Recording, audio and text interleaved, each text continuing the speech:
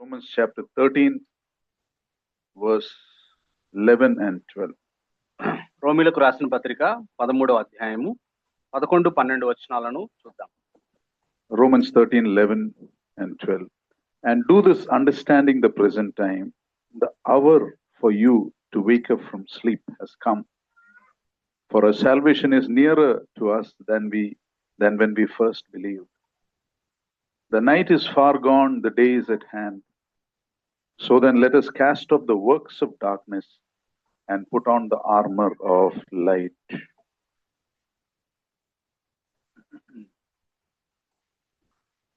It is time to wake up from sleep. మరి నిద్ర మేల్కొను సమయమైంది. Imagine you have an urgent meeting in the morning and you overslept. చాలా అత్యవసరంగా మీరు పాల్గొనాల్సిన సమావేశం ఉదయకాలంలో ఉంది. అయితే మీరు మామూలుగా నిద్ర లేచే సమయం కంటే ఎక్కువగా నిద్రపోయారనుకుందాం, నిద్ర లేవలేదు. And you wake up suddenly from a deep sleep. మరి అకస్మాత్తుగా గాఢమైన నిద్ర నుంచి మెలకు వచ్చింది. Your mind is disoriented, it's foggy, your body is sluggish. మరి అలసటగా ఉంది, మరి దేని మీద మనం దృష్టి నిలపని పరిస్థితి ఉంది అని అనుకుందాం. And for a moment you don't remember where you are and what time is it, you can't remember anything. ఆ విధంగా అకస్మాత్తుగా నిద్ర లేచిండ్రు, ఎక్కడ ఉన్నామో మనకు తెలియని పరిస్థితి మనల్ని ఆవరించింది అని అనుకుందాం. And finally you look at the time and you realize you're overslept, you're late. మరి ఆ విధంగా ఒళ్ళు మరి ఇదిలిస్తూ మనం ఆ గడియారం వైపు చూసినప్పుడు అర్థమైపోయింది, మనం నిద్రపోవాలి దానికంటే ఎక్కువగా మనం నిద్రపోయాం, మనం చాలా అత్యవసరమైన సమావేశం మనకు ఉంది అనేది. This is the picture Paul is giving to shake the Christians in Rome out of their spiritual casualness. ఈ విధంగా ఆత్మీయ అలసత్వంలో ఉన్న వారిని నిద్ర లేపడానికి మరి పౌలు గారు రోమా సంఘానికి ఈ విధంగా రాస్తూ ఉన్నాడు. Saying, wake up, look at the clock, the hour is later than you think. మీరు కాలము నెరిగి నిద్ర మేలుకొని వేళ అయినదని తెలుసుకొనడి అని అంటా ఉన్నాడు. The Lord's coming is near, that is what he's saying. మరి యేసు ప్రభు రెండవ రాకడ సమీపంగా ఉంది అని చెప్తా ఉన్నాడు. Before we proceed, let me clarify one thing. When we say the Lord's coming is near, we are not called to predict dates. There are many people who predict dates. అయితే మనం ఈ వచనాన్ని ధ్యానం చేయడానికి కొనసాగడానికి ముందుగా ఒక మాటని నేను మీకు స్పష్టం చేయాలనుకుంటున్నాను. ఇక్కడ ప్రభు రాకడ సమీపంగా ఉందని అంటే చాలా మంది ప్రభు అప్పుడొస్తాడు ఇప్పుడొస్తాడని తేదీలు సమయాలు చెప్తా ఉంటారు, అలా చెప్పట్లేదు. Each one of those people who said have been completely wrong. మరి ఆ విధంగా మరి ప్రభు ఇప్పుడు వస్తాడు, పలానా తేదీని వస్తాడు, పలానా సమయం వస్తాడు అని చెప్పిన వాళ్ళందరూ మరి తప్పిపోయారు, వాళ్ళు తప్పుగా చెప్తూ ఉన్నారు. In the 18th century, a Baptist preacher by the name William Miller, he said the world is going to end in October 23rd, 1843. మరి 18వ శతాబ్దంలో 1843లో మరి ఈ లోకం అంతమైపోతుందని ఒక బాప్టిస్ట్ బోధకుడు చెప్పాడు. And his congregation believed, and thousands of his congregation sold their many of his thousands they say of his congregation sold their possessions and waited on that day wearing white clothes. మరి ఆ రోజున మరి ఆయన చెప్పిన మాట పలానా తారీఖున వస్తాడు అని చెప్పినప్పుడు వేలాది మంది ఆయన సంఘస్థులు వాళ్ళ ఆస్తులన్నీ అమ్మేసి తెల్ల బట్టలు ధరించి ఈ రోజు ప్రభు వస్తాడు మేము ఎత్తబడతామని ఎదురు చూశారు. They failed, the prediction failed. The sun rose as usual on October 23rd. కాబట్టి ఆ రోజు ప్రభు రాలేదు, మళ్ళీ వాళ్ళ ప్రయాస అంతా వృధా అయిపోయింది, మళ్ళీ పడుకొని నిద్రపోయినారు వాళ్ళంతా. This prediction not only failed, because of this several new religious movements started, including the Seventh-day Adventist. మరి ఈ విధంగా దేవుడు పలానా టైంలో వస్తాడు అని ప్రజలు గందరగోళం పరిస్థితుల్లోకి వెళ్ళినప్పుడు కొన్ని ఉద్యమాలు కూడా ప్రారంభమయ్యాయి. ఆ విధంగా మరి సెవెంత్ డే అడ్వెంటిస్ట్ ఆ ఉద్యమం ప్రారంభమైంది. Another person, Harold Camping, he predicted in May 21st, 2011 the world would end. ఇంకొక ఆయన 2011 సంవత్సరంలో ఈ ప్రపంచం అంతమవుతుంది అని చెప్పి ఆయన కూడా ముందుగానే చెప్పాడు. He not only said, he spent 900 crores in advertisements. అంత మాత్రమే కాదు, ఆయన 900 కోట్ల రూపాయలు మరి దాన్ని ప్రచారం చేయడానికి, ఆ తేదీని ప్రచారం చేయడానికి ఖర్చు పెట్టాడు. And he also predicted how the world will end. He said a series of earthquakes will come, rolling earthquakes, which will cover everywhere.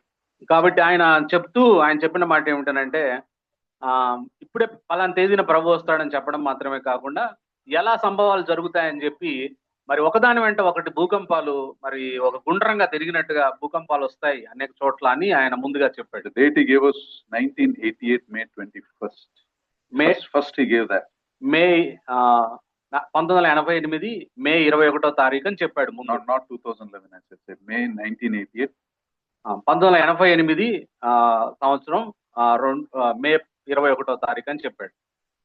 That day came fast, peacefully. మరి ఆ రోజు వచ్చి మరి గడిచిపోయింది And ప్రశాంతంగా. then he gave another date, and that is this October 21st, 2011. ఆ తర్వాత October 21వ తారీఖు 2011 అని మరొక డేట్ ఇచ్చినాడు ఆయన. Eventually, after that failed, he stopped making predictions. అది కూడా మరి దాటిపోయేసరికే ఇంకా చెప్పడం మానేశాడు. And countless others, they calculated mathematically, calculated blood moons, and gave dates for the Lord's coming.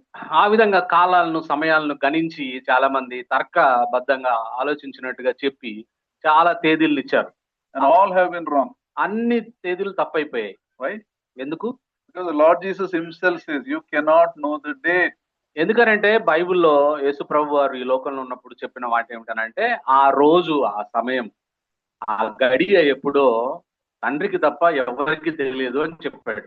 Matthew 24:36 says, for concerning that day and hour no one knows, not even the angels of heaven, nor the Son, but the Father only. మత్తయి సువార్త 24వ అధ్యాయం 36వ వచనంలో, అయితే ఆ దినమును గూర్చియు ఆ గడియను గూర్చియు తండ్రి మాత్రమే ఎరుగును గాని ఏ మనుషుడైనను పరలోకమందలి దూతలైనను కుమారుడైనను ఎరుగరు అన్నాడు. But throughout history, people have foolishly given dates and embarrassed themselves and damaged the faith of many. కాబట్టి ఆ విధంగా అయితే ఈ వాక్యం ఈ విధంగా చెప్తూ ఉన్నప్పటికీ కూడా చాలా మంది అవివేకంగా తేదీలు, సమయాలు, సంవత్సరాలు చెప్పారు. దాన్ని అనుసరించిన వారు కూడా అవివేకంగా మరి అనుసరించి ఎదురు చూశారు. అవన్నీ విఫలమైపోయాయి. And had unbelievers mocking us. అప్పుడు అవిశ్వాసులు ఈ తేదీలను చూపించి మనల్ని ఎగతాళి చేయడం ప్రారంభించారు. You know, we must always remember one thing. The key question regarding the second coming or the rapture of the Lord is not when it will happen, but the key question is, where will you be when it happens? కాబట్టి ఇక్కడ ప్రభు ఎప్పుడు వస్తాడు రెండవ రాకడలో అనేది కాదు ఇక్కడ ప్రశ్న. ప్రాముఖ్యమైన ప్రశ్న, కీలకమైనది ఏంటంటే, మనము ప్రభు ఎప్పుడు వచ్చినా సరే మనము ఎక్కడ ఉంటాము, సరైన స్థానంలో మనము ఉండగలమా అనే విషయాన్ని అదే ప్రశ్న అయి ఉంటుంది. అది మనకు ప్రాముఖ్యమైనది. Don't get into these debates, post-tribulation, pre-tribulation, mid-tribulation. No, where will you be when that happens? That's the question, that's all. కాబట్టి కొంతమంది క్రైస్తవుల్లో కూడా, మనలో క్రైస్తవుల్లో శ్రమల కాలం ముందు వస్తాడు ప్రభు అంటే, కొంతమంది శ్రమల కాలం తర్వాత వస్తాడంటే, కొంతమంది శ్రమల కాలం మధ్యలో వస్తాడు. ఇవన్నీ మనకు అనవసరం. అటువంటి అనవసరమైన వాదోపవాదాలు పెట్టుకోకుండా ప్రభు వస్తే మనం ఎక్కడ ఉండబోతున్నాం అనే విషయం మీద మనం ఎక్కువ ధ్యానం ఉంచాలి. You see, of course there are signs. Now we live in a time, we see signs are endless approaching, but the hour and day nobody knows. కాబట్టి సూచనలు ఉంటాయి. ప్రభు రాకడకు సమీపంలో ఉన్నప్పుడు ఇటువంటి సూచనలు ఉంటాయని చెప్పాడు, కానీ ఆ గడియ, ఆ దినము, ఆ గంట మనకు తెలియదు. And this message is important today because we live in an age of spiritual drowsiness where we are focused on other things but are not our own relationship with God. కాబట్టి ఈ రోజు ఈ వాక్య భాగం మనం చదువుకున్న వాక్యం చాలా ప్రాముఖ్యమైనది. ఎందుకనంటే ఆత్మీయంగా మనము మత్తులో ఉన్నాం. ఈ రోజుల్లో అనేక విషయాల మీద మనం ఆసక్తి కలిగి అవసరమైంది చేయకుండా ఉన్నాం. కాబట్టి ఈ విధంగా ఆత్మీయంగా మేలుకొల్పడం అనేది ఇప్పుడు మనం చాలా అవసరమై ఉంటుంది అనే విషయాన్ని నేను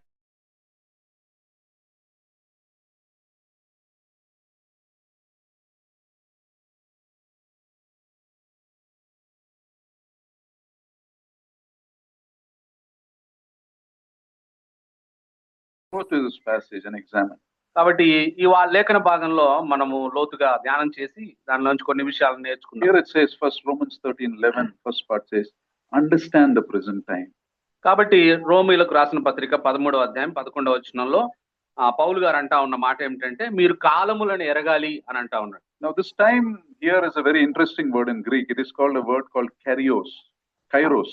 కైరోస్ అనే మరి గ్రీకు పదం నుంచి తెలుగులోకి ఈ విధంగా తర్జుమా చేయబడింది. This time is not the time we see on the clock. ఈ కాలము మనము గడియారంలో చూసే కాలం గురించి కాదు ఇది. This is talking of a season.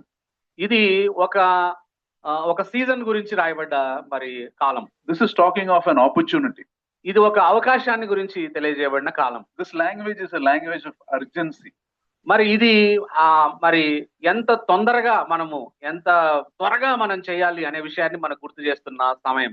It's like doctor saying, you got to operate now, the window is closing, the chances are reducing for Yeah. success, you got to operate now. It's that sense of urgency. కాబట్టి ఎలా ఉంటుంది అని అంటే, ఎవరైనా వైద్యశాలకు వెళ్ళినప్పుడు అప్పుడు ఆయన పరీక్షించిన డాక్టర్, వైద్యుడు అత్యవసరంగా చికిత్స చేయాలి, ఈయనకి ఇప్పుడే చికిత్స చేయాలంటాడు కదా, అట్లాంటి అత్యవసరమైన పరిస్థితిని గురించి చెప్తా ఉన్నాడు. That is what he's saying. You know what season you're living in, you know the age you're living in. కాబట్టి ఎటువంటి కాలంలో మీరున్నారా, ఎటువంటి తరంలో మీరున్నారా అనే విషయాన్ని మీరు అర్థం చేసుకోవాలి అంటున్నాడు. You know the Lord Jesus has come. యేసుక్రీస్తు ప్రభువారు వచ్చారని మీకు తెలుసు. You know the kingdom of God has broken into our world, into history. Kingdom of God has come into history. మరి ఆ దేవుని రాజ్యము చరిత్రలోనికి వచ్చిందనే విషయం మనకు తెలుసు. You know that you're living between his first coming and his second coming. యేసు ప్రభు యొక్క మొదటి రాకడ, రెండవ రాకడ మధ్యలో మనం ఉన్నామనే విషయం మీకు తెలుసు. Is that knowledge shaping the way you live today? అటువంటి జ్ఞానము ఈ రోజు నువ్వు జీవించే జీవితాన్ని మరి అది నియంత్రిస్తుందా, దాన్ని రూపుదిద్దుతుందా? You see, there's a huge difference between knowing about something and living about something. కాబట్టి ఒక విషయాన్ని గురించి తెలియబడడం వేరు, ఒక విషయం ద్వారా మనం జీవించడం వేరు. You can know the time intellectually, but we can live as if we have all the time in the world. కాబట్టి ఈ లోకంలో మనము తెలివిగా మరి కాలములు ఎరిగి మనం జీవించవచ్చు, ఈ లోకంలో అన్ని తెలుసుకొని కూడా ఉదాసీనంగా జీవించవచ్చు. You can believe the Lord Jesus is coming and still be chasing the wrong things. మరి యేసు ప్రభువారు రాబోతున్నాడనే విషయం తెలిసి కూడా తప్పుడు విషయాల వెంట పరుగులు తీయడం కూడా మనం చేస్తూ ఉండవచ్చు. You see, there is a disconnect between what we know and how we are living, and that is what Paul is telling. మనం మనకి ఏమి తెలుసు, తెలిసిన దాన్ని బట్టి మన జీవితాలు లేవే, దానికి మధ్య రెండింటి మధ్య మరి వ్యత్యాసం ఉంది అనే విషయాన్ని గుర్తించి పౌలు గారు ఈ మాటలు రాస్తున్నాడు. Saying, wake up from your sleep. The hour has come for you to wake up from sleep. అందువల్ల ఆయన ఏమంటున్నాడు, మీరు కాలములు ఎరిగి నిద్ర మేలుకొని వేలైనదని తెలుసుకోండి అని అంటా ఉన్నాడు. Now, this is not talking of physical sleep. This is talking, it is spiritual sleep, right? ఇది మన భౌతికంగా మనం నిద్రపోతాం కదా రోజు, దాని గురించి కాదు, ఆత్మీయ నిద్ర గురించి చెప్తా ఉన్నాడు. Now, spiritual sleep is different from unbelief. మరి ఆత్మీయ నిద్ర వేరు, అవిశ్వాసం వేరు. Spiritual sleep is not about rejecting God. ఆత్మీయ నిద్ర అంటే దేవుణ్ణి తిరస్కరించడం కాదు. It is possible. In this sleep, it is possible to do many Christian things and be asleep to the things of God. మరి అనేకమైన పనులు దేవుడి క్రైస్తవ లోకంలో, క్రైస్తవ జీవితంలో చేస్తున్నామని చెబుతూ కూడా మరి దేవుడికి సంబంధించిన పనులు చేయకుండా మనం ఉంటూ ఉండవచ్చు. Now, when you are sleeping physically, for example, do you do anything when you are sleeping physically? ఉదాహరణకి మనం మామూలుగా నిద్రపోతున్నాం అనుకుందాం, నిద్రలో ఏమైనా చేయగలమా మనం? Anything do you do? ఏమైనా చేస్తారా నిద్రలో? Actually, we do many things in our sleep. వాస్తవంగా అయితే లోతుగా ఆలోచిస్తే నిద్రలో చాలా విషయాలు చేస్తాం మనం. We talk in our sleep. నిద్రలో మాట్లాడతాం కొంతమంది. Some people cry in their sleep. నిద్రలో ఏడుస్తారు కొంతమంది. Some people wake up others in their sleep. ఆ నిద్ర పోతూ పక్కన వాళ్ళని లేపుతారు. Some people walk in their sleep. That's dangerous. కొంతమంది నిద్రలో నడుస్తారు, అది చాలా ప్రమాదకరమైంది. Some people sing in their sleep. కొంతమంది నిద్రలో పాటలు పాడతారు. Some people plan in their sleep. They'll be thinking. మరి కొంతమంది నిద్ర పోతూ ఆలోచిస్తూ ఉంటారు. This is what about physical sleep. ఇది భౌతికపరమైన నిద్ర గురించి. Similarly, in spiritual sleep also, we can do many religious things and be asleep to the things of God. కాబట్టి అదే విధంగా మనము ఆత్మీయ నిద్రలో కూడా అనేకమైన మత సంబంధమైనవి చేస్తూ అవసరమైనవి చేయకుండా మనము నిద్రపోతూ ఉంటుండవచ్చు. What can be the signs of spiritual sleep? ఆత్మీయ నిద్రకు సంబంధించిన సూచనలు ఏంటి? We read our Bibles every day without being moved or challenged. మనం just read. That can be spiritual sleep. ఆత్మీయ నిద్ర అంటే ఏంటంటే ప్రతిరోజు బైబిల్ చదువుతాం, కానీ బైబిల్ ద్వారా సవాలు చేయబడం, బైబిల్కి లోబడాలని మనం ఆలోచించాం, కానీ బైబిల్ చదువుతాం. We pray out of a habit rather than longing for God. That is spiritual sleep. ప్రతిరోజు ప్రార్థన చేస్తాం, కానీ ఆ దేవుడి పట్ల ఆసక్తి ఉండదు, దేవుని పట్ల కోరిక లేకుండా యథాలాపంగా ప్రార్థన చేస్తాం, అది ఆత్మీయ నిద్ర. We are more excited of watching our WhatsApp or looking at our screens or news rather than a quiet time. That is spiritual sleep. మనము ఆ సందేశాలు, ఫోన్లో ఉండే సందేశాలు, వాట్సాప్ లో ఉండే సందేశాలు చదివినంత ఆసక్తిగా మనము దేవుని వాక్యాన్ని మనము ఆశగా మరి ఆలోచించని వారంగా ఉంటాం, అది కూడా ఆత్మీయ నిద్రే. One sin used to make us feel bad, but now we are not affected by it. We are okay. It doesn't even register. That is spiritual sleep. గతంలో మనము కొన్ని పాపాల విషయంలో అమ్మో ఈ పాపం చేయకూడదు అని అనుకుంటాం, ఇప్పుడేమో అలవాటు అయిపోయింది కదా ఆ పాపం చేద్దాం అని అనుకుంటావు, అది ఆత్మీయ నిద్ర. When we are more concerned about our comforts and more than what God wants us to do, we can be spiritually sleeping. దేవుడు మనల్ని ఏం చేయాలని కోరుతున్నాడో అది కాకుండా మన సౌకర్యం ప్రకారం మనం చేయడానికి ప్రయత్నం చేస్తాం. అదే ఆత్మీయ నిద్ర. అది కూడా When we live without having a burden for the perishing souls, at least the close people, those are around us, we can be spiritually sleeping. మన చుట్టూ ఉన్న వారు మరి వారి రక్షణ లేకపోయినా వారి రక్షణ పట్ల ఎటువంటి ఆసక్తి గాని ఆశ గాని కోరిక గాని లేకుండా జీవిస్తా ఉంటాం మనము. అది కూడా ఆత్మీయ నిద్రే. You see, these Christians in Rome, they didn't abandon their faith. They didn't say they don't believe in the Lord Jesus Christ. ఈ రోమా సంఘంలో ఉన్న విశ్వాసులు మరి వారు విశ్వాస త్యాగం చేయలేదు. వారు విశ్వాసంలోనే కొనసాగుతా ఉన్నారు, కానీ వారు ఆత్మీయ నిద్రలో ఉన్నారు. You know, they had become comfortable. Christianity had become routine for them. మరి Probably. క్రైస్తవ జీవితం అనేది సౌకర్యవంతంగా వారికి మారిపోయింది. ఏదో ప్రతిరోజు యథాలాపంగా చేసే పనులే చేస్తూ ఉన్నారు. They sit in church probably and their minds, hearts are drifting everywhere. మరి సంఘంలోనే కూర్చొని ఉన్నారు, కానీ వాళ్ళ హృదయాలు వాళ్ళ మనసులు ఆలోచన ఎక్కడో ఉన్నాయి. They are present but they are not passionate. వారు సంఘంలోనే ఉన్నారు, దేవునికి అందుబాటులో ఉన్నట్టుగా కనపడుతున్నారు, కానీ దేవుడి పట్ల ఉండాల్సిన ఆసక్తి లేదు వారికి. They say they believe but they have no zeal for God. మరి వారికి యేసు ప్రభువుని నమ్ముతున్నామంటారు, కానీ దేవుని పట్ల ఉండాల్సిన తృష్ణ వారికి లేదు. It's important that each one of us sitting here and who are listening, make sure you are truly awake. కాబట్టి ఇక్కడ కూర్చున్న మనందరం కూడా మనం నిజంగా ఆత్మీయంగా నిద్ర మేలుకున్న వారంగా మనం ఉండాలి, చురుకైన వారంగా మనం ఉండవలసిన అవసరం ఉంది. In Revelation 3:1, the Lord Jesus wants the church in Sardis, you have a reputation of being alive but you are dead. ప్రకటన గ్రంథం 3వ అధ్యాయము 1వ వచనంలో సార్దీసులో ఉన్న వాళ్ళకి దేవుడు చెప్తున్న మాట ఏమిటంటే, నీవు జీవించుచున్నావు అన్న పేరు మాత్రం ఉన్నది, కానీ నీవు మృతుడివే అని అంటావు. You see, this is the sleep of death. That's why it's dangerous. ఇది మరణపు నిద్ర. ఇది ఇంకా ప్రమాదకరమైంది. You know, what it makes it more dangerous, it spreads very quickly. Very slowly it spreads and you don't know you have drifted. కాబట్టి ఇది ఎలా ఉంటుందంటే, ఈ మరణపు నిద్ర మెల్లగా జారుకుంటావు, నీకు తెలియదు.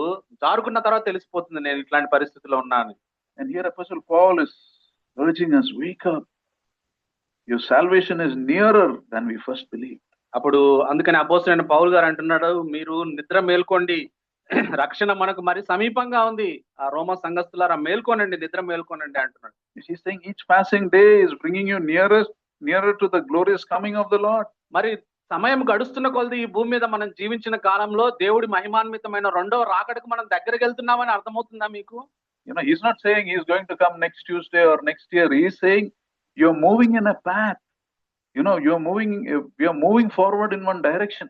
మీరు రేపో ప్రభు వస్తాడు, సంవత్సరం తర్వాత ప్రభు వస్తాడని చెప్పట్లే, కానీ మీరు అలా దగ్గరగా వెళ్తున్నారు, ఆయన రాకడకు మీరు దగ్గరగా వెళ్తున్నారనే విషయాన్ని మీరు గుర్తుంచుకోండి అని అంటా ఉన్నారు. He's telling time will not wait for anyone. సమయం ఎవరి కోసం సమయం ఆగదు ఈ భూమి మీద. Everything you are seeing today is marching us to that appointed climax where the Lord Jesus is going to come. He is going to return in glory.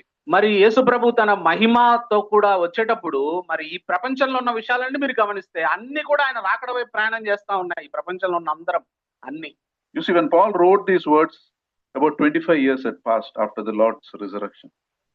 మరి పౌలు గారు ఈ మాటలు ఎప్పుడు రాశారంటే, యేసు ప్రభు పునరుద్ధానుడైన 25 సంవత్సరాలకి సుమారు రాశాడు ఈ మాటలు. Now 2000 years have passed. ఇప్పుడు 2000 సంవత్సరాలు అయిపోయినాయి. So we can ask a genuine question here, right? ఇక్కడ ఒక ప్రశ్న అడగొచ్చు, హేతుబద్ధమైన ప్రశ్న ఒకటి. If Paul wrote these things 2000 years back and till now the Lord has not come, then what is the urgency for the people in those days to prepare themselves? కాబట్టి మీరు ఈ విధంగా అనొచ్చు, పౌలు గారు ఈ మాటలు రాసి ఇప్పటికి 2000 సంవత్సరాలు అయింది కదా, మరి 2000 సంవత్సరాలు అయితే ఇప్పటికి ప్రభు రాలేదు కదా, మరి మీరు కాలం నెరిగి నిద్ర మేలుకోవాలని 2000 సంవత్సరాల క్రితం వాళ్ళకి ఎందుకు చెప్పినాడు పౌలు, ఎందుకు ఆ మాటలు మాట్లాడినాడు అని అడగొచ్చు మనం. More importantly, what is the urgency now? ఇప్పుడు కాలం నెరిగి మేల్కోనండి అని ఎందుకు చెప్తా ఉన్నాడు, ఇప్పుడు మేల్కోనండి ఎందుకు చదువుతాను చెప్పి 2000 సంవత్సరాలు అయింది కదా. How many of you have that question in your heart? ఈ ప్రశ్న వాస్తవంగా ఎంతమంది హృదయంలో ఉంది? Nobody wants to say. అశోకన్న lift. The answer to this question is this. Listen carefully. దానికి ప్రశ్నకి సమాధానం ఇది. ఒకవేళ మీకు మనసులో ప్రశ్న ఉంటే ఇది సమాధానం, వినండి జాగ్రత్త. Each one of us, your real preparation is not for the rapture or the second coming. కాబట్టి ఇక్కడున్న మన అందరము కూడా మనం సిద్ధపడేది యేసు ప్రభు యొక్క రెండవ రాకడలో మనం ప్రత్యక్షంగా పాల్గొంటామని కాదు. Our real preparation is for something that can happen much earlier. దానికంటే ముందుగా జరగబోయే ఒక సంభవం, మన జీవితాల్లో జరగబోయే సంభవం కొరకు మనం సిద్ధపడాలి, And మెలకుగా that can happen even today. అది ఈ రోజు కూడా జరగవచ్చు మన జీవితాల్లో. What is that? ఏంటిది అది? Our death, మన మరణం కదా. which is so uncertain. మన మరణం అనిశ్చితమైంది అని బైబిల్ చెప్తా ఉంది. If you're prepared for your death, you're automatically prepared for the coming of the Lord. మనము మరణం కొరకు సిద్ధపడితే మనము దానంతట అదే మనము ప్రభు రెండవ రాకడ కొరకు సిద్ధపడ్డట్టు లెక్క. You see, most people who die don't even know half an hour before that they're dying. ఒక మాట గుర్తుపెట్టుకోండి, చాలా మంది ఈ ప్రపంచంలో చనిపోయిన వాళ్ళకి అరగంట ముందు తాము చనిపోతామన్న సంగతే తెలియదు వాళ్ళకి. So we need to be prepared always. కాబట్టి అందువల్ల ఎప్పుడు మన మరణం వస్తుందో తెలియదు, కాబట్టి ఎప్పుడు మనం సిద్ధపడే ఉండాలి. Don't be fooled by scoffers who say the Lord, when is the Lord coming? We have been hearing it. The Bible says that, right? You've been hearing it from so many centuries that where is the Lord's coming? Some people will ask. కొంతమంది బైబిల్లో రాయబడ్డ మాట, చాలా మంది ఎప్పుడు ఆయన రాకడ వస్తుంది, చాలా సంవత్సరాలు అయిపోయింది ఆ మాట చెప్పి ఇంకా రావట్లేదని అపహాస్యం చేసే వాళ్ళలాగా మనం ఉండకూడదు. Regarding the Lord's delay, the scripture is very clear.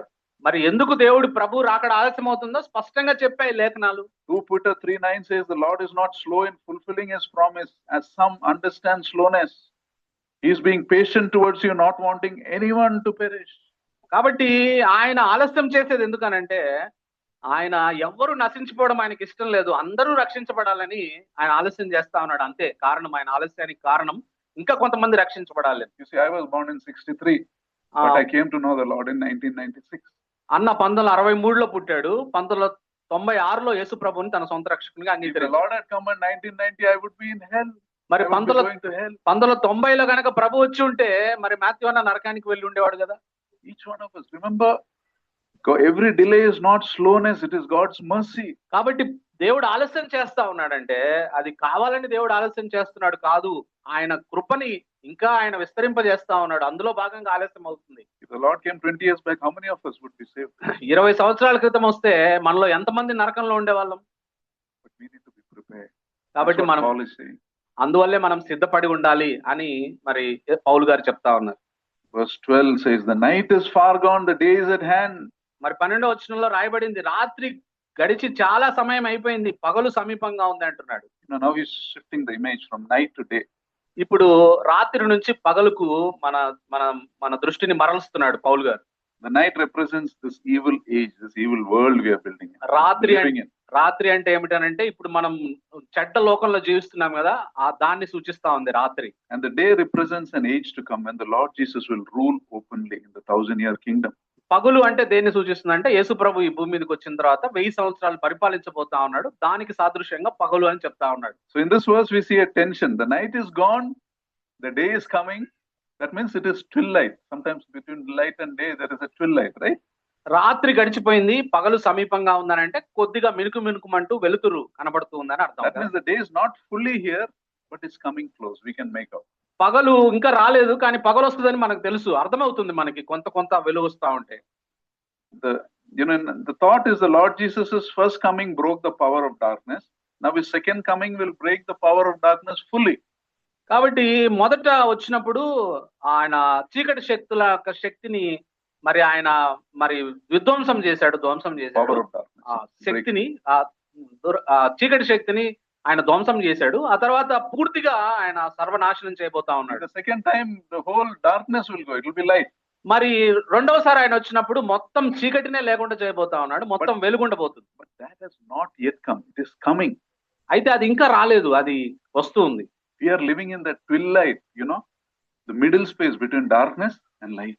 కాబట్టి మనము చీకటికి వెలుగుకి మధ్యలో మనం జీవిస్తూ ఉన్నాం. So how should we live? That is the question.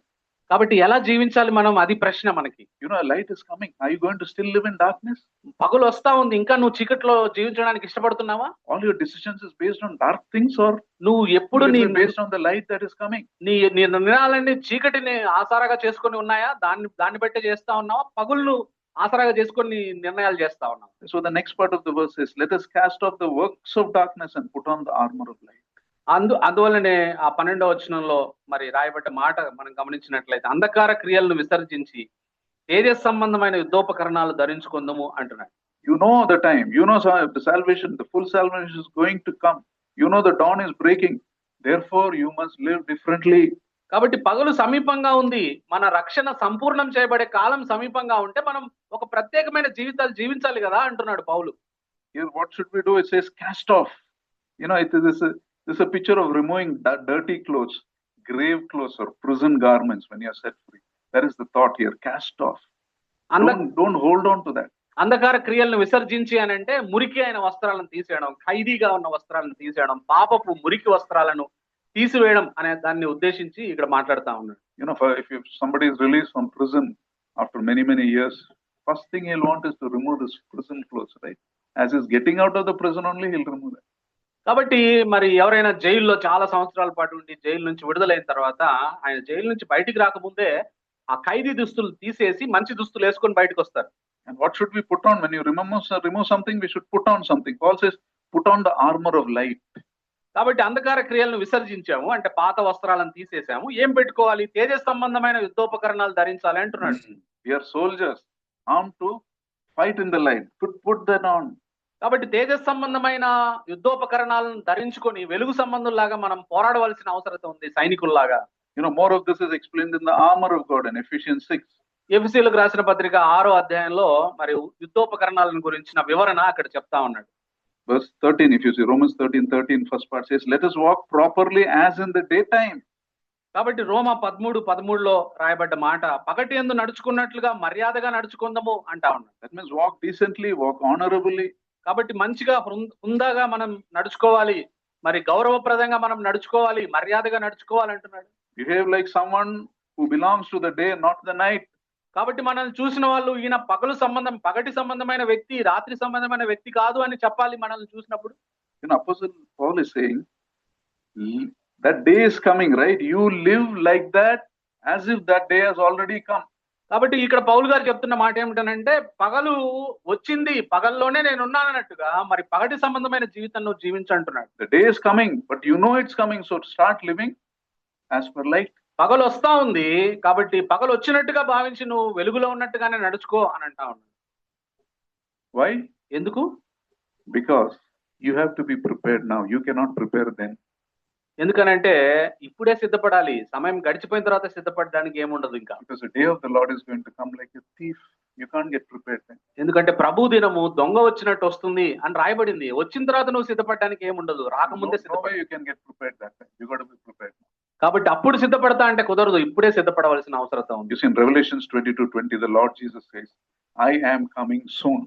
కాబట్టి ప్రకటన గ్రంథం 22వ అధ్యాయం 20వ వచనంలో రాయబడ్డ మాట ఇదిగో నేను త్వరగా వచ్చుచున్నాను అంటున్నాడు. You know, the Greek word soon is a word called tachu. Greek భాషలో తాచు అని అంటారు మరి ఆ పదం. That word does not mean God is going to come quickly. I'm coming soon does not mean I'm going to come quickly. మరి త్వరగా వచ్చుచున్నాను అని అంటే మరి వెంటనే వస్తున్నాడని కాదు అర్థం. What it means is when I come, I will come unexpectedly. I will come fast. దాని అర్థం ఏమిటంటే నేను వచ్చినప్పుడు నేను వేగంగా వస్తాను, మరి మీరు ఆలోచించని గడియలో వస్తాను, సమయంలో వస్తాను అని అర్థం. You cannot do anything that time, but you have to be prepared now. కాబట్టి ఆ సమయంలో నువ్వేం చేయలేవు, నేను వచ్చిన తర్వాత నువ్వేమి చేయలేవు. కాబట్టి ఇప్పుడే నువ్వు చేయవలసిన అవసరం ఉంది, సిద్ధపడాలి. If you truly believe that day is coming, if you're convinced that the Lord Jesus is going to return any moment, then live today as if he is already come. కాబట్టి ఈ లోకంలో మనం సిద్ధపడాలంటే ఎట్లా ఉండాలి అని అంటే ఆయన వచ్చేసాడు, ఇప్పటికే వచ్చేసాడు. కాబట్టి ఇప్పటికే వచ్చినప్పుడు నేను ఎలా ఉండాలనే విషయంలో ఇప్పుడే నువ్వు సిద్ధపడి అట్లా జీవించవలసిన అవసరం. ఆ తర్వాత ఎంత మనం గింజుకున్నా కూడా, ఎంత మనం ఆలోచించినా కూడా అప్పుడు సిద్ధపడడానికి సమయమే లేదు, ఉండదు ఇంకా. Remember what we said? Our real preparation is not for the rapture or for the second coming, but our real preparation is for something that is going to happen, can happen much before that. That is our life on earth. కాబట్టి ఈ సంఘము ఎత్తబడ్డకు సిద్ధపడడం లేదా ప్రభు యొక్క రెండవ రాకడకు సిద్ధపడడం కాదు, దానికంటే ముందుగా మనకు ఒక గడియ రాబోతా ఉంది, మన ముగింపు గడియ రాబోతా ఉంది. దాని కొరకు మనం సిద్ధపడవలసిన అవసరం ఉంది. You see, there was a lady who survived an earthquake in California. California is a place where lot of earthquakes happen. కాలిఫోర్నియాలో మరి ఎక్కువగా భూకంపాలు వస్తూ ఉంటాయి. ఒక భూకంపం జరిగినప్పుడు ఒక మహిళ ఉంది ఆ భూకంపంలో. She was not very prepared when it happened the first time. అది మొదటిసారి భూకంపం వచ్చినప్పుడు ఆమె అంతగా సిద్ధపడలేదు దానికోసం. After that, ఆ తర్వాత every day of her life she did one thing. ఆ తర్వాత ప్రతిరోజు భూకంపం వచ్చిన తర్వాత మరలా భూకంపం రాకముందు ఆమె ఈ విధంగా చేసింది ప్రతిరోజు. Every day, night, when she sleep, she used to wear her shoes and sleep. ఆమె ప్రతిరోజు నిద్రపోయేటప్పుడు మరి ఈ రోజు భూకంపం వస్తుందేమో అని చెప్పి ఆమె పాదాలకు షూస్ వేసుకొని పడుకునేది. And beside her, she used to keep one torchlight. ఆ తర్వాత ఆమె పక్కనే ఒక టార్చ్ లైట్ పెట్టుకొని పడుకునేది. She learned from experience that if an earthquake happens, two things happens first. One is the shaking breaks the glass, so the floor will be full of glass. If you step out of bed, you will hurt your leg. So she used to sleep with shoes on. Second, when an earthquake happens, the power gets shut off. So she used to keep a torchlight beside her. కాబట్టి భూకంపం వచ్చినప్పుడు మొదటి అనుభవంలో ఆమె నేర్చుకుంది ఏంటంటే భూమి కదిలినప్పుడు ఇంట్లో ఉన్న గాజు వస్తువులు, గాజు అద్దాలు పగిలిపోయి నడవడానికి ఇబ్బంది అవుతుంది. కాబట్టి ఒకవేళ భూకంపం వస్తే నడవడానికి ఇబ్బంది కాకుండా ఉండడానికి ముందుగానే బయటకు వచ్చినప్పుడు నడిచేటప్పుడు ఆమె గాజు పెంకుల మీద కాళ్ళు వేయాల్సి వస్తుంది కాబట్టి ముందుగానే ఆ బూట్లు వేసుకొని పడుకునేది. ఆ తర్వాత రెండవది భూకంపం వచ్చినప్పుడు ఏం జరుగుతుందంటే పవర్ పోతుంది, కరెంట్ పోతుంది. కాబట్టి అందువల్ల టార్చ్ లైట్ పక్కన పెట్టుకొని పడుకుంది. ఆ విధంగా ప్రతిరోజు పడుకునేదా. Rest of her life she spent like every night she slept like that. ప్రతి రాత్రి అదే విధంగా పడుకొని నిద్రపోయిందామా. She was preparing for an earthquake. We are called to prepare for eternity. కాబట్టి ఆమె భూకంపం కోసం సిద్ధపడింది. మనమైతే నిత్యత్వం కోసం సిద్ధపడాలని ప్రభు చెప్తా ఉన్నాడు. How much more serious? మనం ఇంకెంత జాగ్రత్తగా మనము దేవుని రాకడ కొరకు లేదా మనం ఈ భూమి మీద చనిపోయే సమయం కొరకు మనం సిద్ధపడాలి. Apostle Paul is saying, wake up, time is short, night is ending, Lord is near. కాబట్టి మేల్కోండి, నిద్ర మేల్కోండి, కాలం లెరగండి, రాత్రి గడిచిపోతుంది, చాలా కాలమైంది, పగలు సమీపంగా ఉంది, మేల్కోనండి అంటా ఉన్నాడు పౌలు గారు. You can't be spiritually drowsy. నువ్వు ఆత్మీయ నిద్రలో ఉండడానికి వీల్లేదు ఎంత మాత్రం. You can't waste your life in the works of darkness. ఈ చీకటి సంబంధమైన క్రియలతో చేస్తూ నీ జీవితాన్ని వృధా చేసుకోవడానికి ఎంత మాత్రము లేదు ఇక సమయం. You can't keep living one foot in the night and one foot in the day. రాత్రిలో ఒక అడుగు పెడతాను, పగల్లో ఒక కాలు పెడతాను, అలా జీవించడం కుదరదు ఇక. Cast off the darkness. చీకటి సంబంధమైన విషయాలను విసర్జించండి. Live as children of light. వెలుగు సంబంధమైన పిల్లలుగా మీరు జీవించండి అంటా ఉన్నాడు. And also this passage is not a warning, it is actually a hope. మరి ఇది హెచ్చరిక కాదండి. ఈ లేఖన It is a warning, but more than that, this is a message of hope. హెచ్చరిక కన్నా ఎక్కువగా హెచ్చరిస్తుంది ఈ లేఖన భాగం. అంత మాత్రమే కాదు, హెచ్చరిక కంటే ఎక్కువగా ఒక నిరీక్షణని మనలో నింపుతుంది. What is that hope? ఆ నిరీక్షణ ఏంటి? Your salvation is nearer than you first believed. నువ్వు రక్షించబడిన రోజు కన్నా రక్షణ మరి సమీపంగా ఉంది. That means the hour is late, but not too late. కాబట్టి సమయం ఆలస్యం అవుతుండొచ్చు కానీ ఇంకా అంత ఆలస్యం అవ్వలేదు. It is late, but still there is time. మరి ఆలస్యం అయింది కానీ ఇంకా కొంత సమయం ఉంది. And the best is yet to come.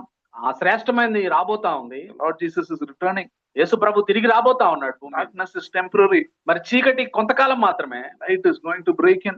మరి వెలుగొచ్చి చీకటిని పటాపంచలు చేయబోతా ఉంది. Little more time. కొంచెం సమయం ఉంది.